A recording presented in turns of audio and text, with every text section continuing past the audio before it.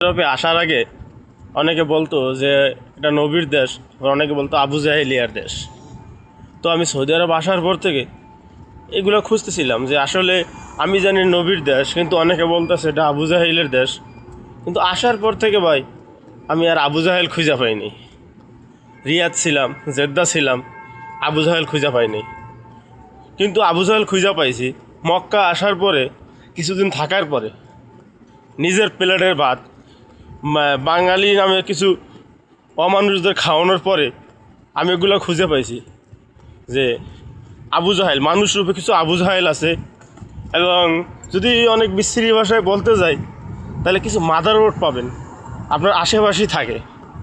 তাই এই আবু জাহেল যদি দেখতে না চান তাহলে আপনার নিজের প্লেটের ভাত কাউকে খাওয়াবেন না।